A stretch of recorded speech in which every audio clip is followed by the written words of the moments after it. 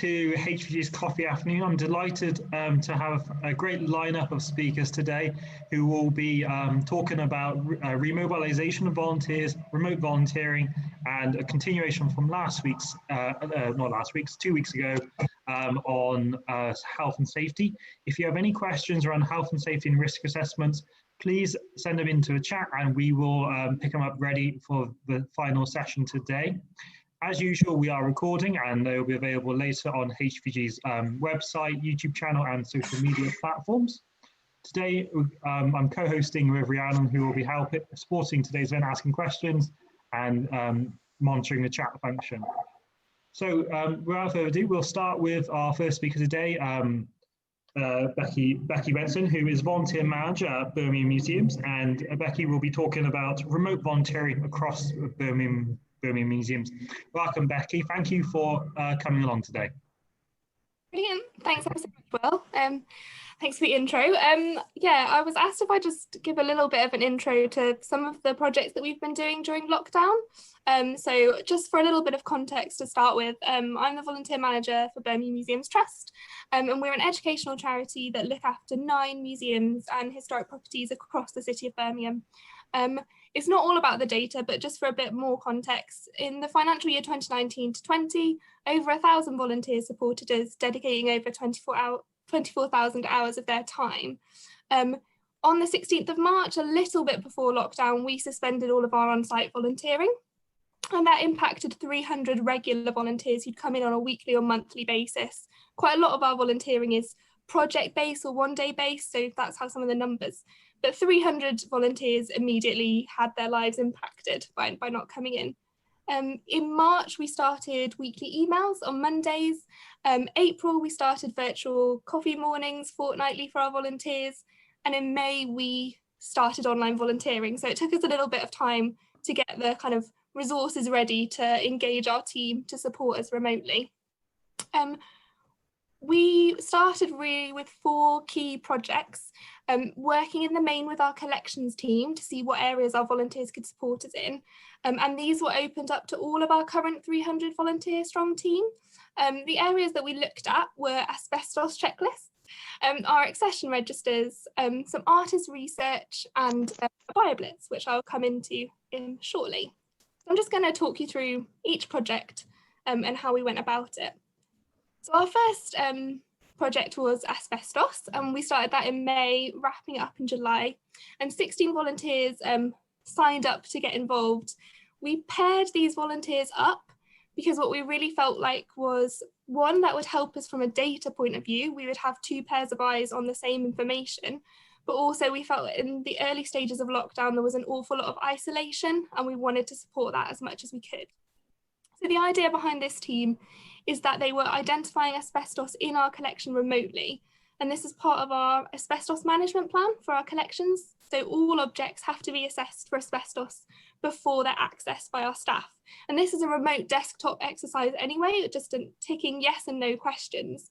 And we felt that this was something that our team would be really interested in and able to support with. And I've never seen so much enthusiasm for asbestos. We did training via Zoom with our collections team, and then regular check-ins on Zoom too, but followed up with some emails and phone calls too. And together over the course of the few months, these volunteers checked over 3,000 of our objects remotely, which was incredible and made a huge difference. We wouldn't have done that without their support. We had to pause this project a little bit earlier than anticipated because one of our staff moved on to a new job elsewhere. But there was a lot of enthusiasm from the team to resume this in the future, and it's something we're hoping to start again in the new year. Our second project, also with our collections team, was looking at our accession registers. So we started this also in May, and it's now ongoing. And we had 8 volunteers, again, working in pairs on this. Our accession registers are obviously quite fragile documents, and we have photographed the majority of them, but it's not in a format that can be uploaded to our collections management system.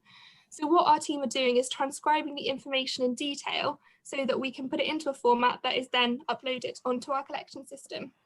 Again, trainings and check-ins by Zoom and email, and this team have already transcribed 21 years of our registers, which is over 7,000 objects, which again is just a huge amount of data we wouldn't have been able to do without their support. Our most popular project, and I think lots of people could probably understand, is our research project. So 43 volunteers signed up to undertake some research with us. These volunteers are working in teams, so 2, 3, 4 people in groups, and we're researching artists within our collection that we didn't have a lot of information about. So we collated this project with some of our curatorial team, but also our collections team too, because one of the key outputs we were hoping was to fill in some additional fields in our collections management system. Again, training and check-ins by Zoom. And what we found with this project is people kind of drift in and out. It fits around their lives very well. So every month we will send a new set of artists, and people can opt in to do these artists, or they can say, actually, I'll take a break for this month, but I'll pick one up next month. So already this team have researched over 100 artists and organisations, which has then been uploaded into our collections database. Our kind of fourth project is with a different team, so that's with our learning and engagement team. And one of our key programmes over the summer, in association with Think Tank, which is one of our sites, was the Big Brum BioBlitz. And the idea was to encourage residents of Birmingham to explore their outdoor spaces, whether that's a window box, on their daily walks, in their gardens, and to just really engage with nature in the city. And this team of volunteers supported us with writing blog posts, sharing some of that information, highlighting areas that we could be what kind of nature we could be looking for, sharing kind of craft activities, outdoor activities people could be doing. And they acted as real ambassadors for the project, so they took a real sense of ownership. We tied this into iNaturalist, which is an app that people use to register scientific information about the outdoors. And so all those volunteers signed up for that and just started to really shout out about what the project was all about. And together these volunteers really helped us to encourage the people of Birmingham to get involved. So they were our kind of 4 key areas that we're still working on.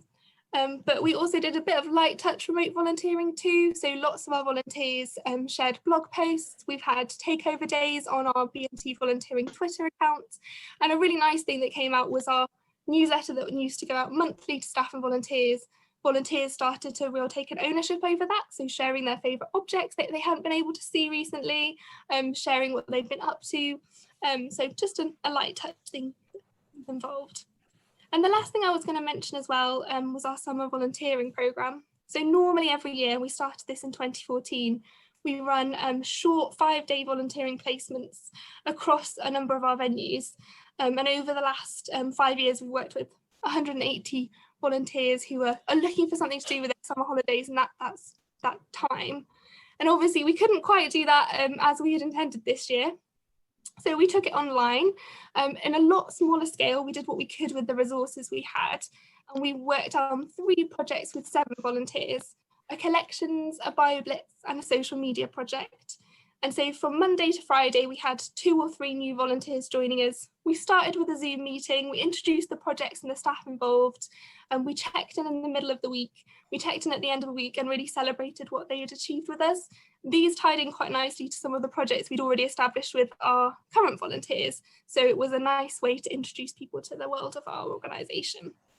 And I always think it's nice to to finish on some feedback from the volunteers. So we found in the main that our volunteers have really appreciated the opportunity to stay connected and to get involved. And as well as all that key information they've enabled us to generate and to have on our systems, it's made a difference to them. It's created a normal, it's given them something to do during lockdown, but it's also built up their skill sets too. So I will stop sharing my screen, Will. That's all I've got. But if anyone has any questions, I'm happy to answer those. Brilliant. Thank you, Becky. That was really interesting. And it was fantastic to see such a varied range of things. I never thought that you could do asbestos checking remotely. How in terms of the long-term plan, how do you plan for this to continue as you hopefully reopen and return to normal site operations? Yeah, definitely. So we had kind of dabbled a little bit in online volunteering, but never to this extent before. And I think what's been really overwhelming is how our collections team have been impressed by how it works, if you see what I mean. So I have a real buy-in from them. Like, there is a lot of work that our team are looking at that actually people can do from home. And when we don't really know what the guidelines will be any minute at the moment, it's good to know that there's work and opportunities for people to engage with us whilst they might not be able to come to our venues. So what I've found is that some of our team are really keen to return, and we've started to bring some volunteers back, but a lot of our team aren't. And I know that a lot of people are looking for ways to home too. So we're working on a couple of other projects around our collections, and now quite a number of our curators are back from furlough too. We're looking around some curatorial projects that might be possible. So I see it very much always being there now, but maybe slightly a little bit less as we start to move forward with on-site, but something that we can look at. Great, thank you. I've got a couple of questions coming in now. I don't know, Jess, did you want to ask your question directly to Becky? Yes, thank you. I just wanted to ask sort of what capacity this has been managed in, sort of how difficult it's been with the online aspect and with your existing volunteer group, and sort of whether it can be adapted to different size organisations, because I'm from Historic Community Trust and we're a hell of a lot smaller than the BMAG, and I really like the ideas here. So I just wanted to get your opinion on both positives and negatives of the management side of it. Yeah, good question. So it's been me and 2 staff members from our collections team in the main who've been managing the project. Because obviously a lot of our staff went onto furlough. We didn't have a huge amount of resource. I found that the volunteers are relatively self-sufficient once they get going. So we had maybe quite a bit intense in May, starting off with training and doing the Zooms and making sure everyone felt confident. But what really worked well for us was having volunteers paired up, because they kind of support each other and they start to ask questions together before the questions come to us. So I would say from a management point of view, it's there's a couple of challenges every now and again, but they really do get it. And some of these tasks are quite straightforward, but they love getting to know more of the collection that they didn't even know we had. If that answers the question. Brilliant. Yes, thank you. That was really helpful, and I probably would agree, because some of our sites are still under construction and we're not sort of officially open yet, but our volunteers are really keen to get stuck into sort of whatever they can. So yeah, I definitely agree with that. Thank you. Great, thank you. Michelle, did you want to ask your question? Hi, Becky. Yeah, I think for me it's around that moving things forward, and really sort of we're all going to be resource strapped, and how much do you want to give the volunteers that lead on things, so that they just get a directive, they take it forward, they move forward. But also one thing I just thought about afterwards was also it's that checking. So you had all those artists being researched. We all know there's a lot of rubbish out there on Google or wherever and everything. So how's that checking bit coming in? Yeah, really good question. So quite a lot of this, the volunteers lead themselves to a certain degree. So the BioBlitz very much, they took the lead on areas they were interested in. Other areas like the asbestos checklist, we have the information, we have the objects, that goes to them and they can work through it. With the artists, we paired them up in larger groups for multiple checking, so they are checking themselves. And then we're very fortunate that we had a Museum Futures trainee with us, so that trainee was then doing like the final check before it went to our documentation registrar for another like quick scan through. So there is I think we have to kind of understand there'll be an element that actually, there might be a couple of mistakes in there, but actually it's worthwhile to have a lot more information that is available than to not have any information at all. So that's kind of how we made those decisions. Great, Caroline, you had a question on best way to share contact information between volunteers. I wondered whether you wanted to bring in your question. Hi, yeah, we tried something similar. I mean, we kind of sort of tried a bit of a buddy scheme situation, but actually really found we had hardly any takers. We've got a very similar project, Becky, in terms of we have people researching photographers, but I'm just wondering, like, how do you pair them up? Do you just kind of randomly put 2 people together, or do you kind of think like, is there a bit of matchmaking involved? Good question. So I did a bit of matchmaking, I'm not going to lie. There were certain elements of like, actually, I think this volunteer will go really well and that will work brilliantly. Other volunteers have already worked together. So they would say, when we did our first Zoom, we asked if volunteers were happy to be paired up. We had a couple of people that didn't want to, and that's absolutely fine. We'll work around that. If they did, via email afterwards, we kind of introduced if they were happy to be paired up again, double check that in terms of data sharing, and also if they had people that they normally worked with, that made logical sense to do that. A couple of the pairs haven't worked as we would maybe have liked, but then they've then moved on to kind of a bit of individual work, and that does add an element of additional work from our side, but it works better for them. So good question. It's a tricky one. Yeah, and one final question before we move on to our next talk from Helen. Helen, did you want to come in and ask your question? Thanks. Yeah, Becky, I really enjoyed that. Loved the ideas. We are currently working on a similar one with the access registers team that would be similar to something that we're doing here. I'm really curious in terms of, you could talk to us a wee bit about how you did get the buy-in from the different teams that were involved in that. So collections and curatorial. I didn't get your job title. So are you the collections team, or if you could say a wee bit about that? Yeah, of course. So I'm the volunteer manager and I sit in our learning and engagement team. So what I have found is that our collections team have a really strong buy-in around volunteering already, and they really kind of comprehend in a way like the huge difference that it can make for their job with volunteer support.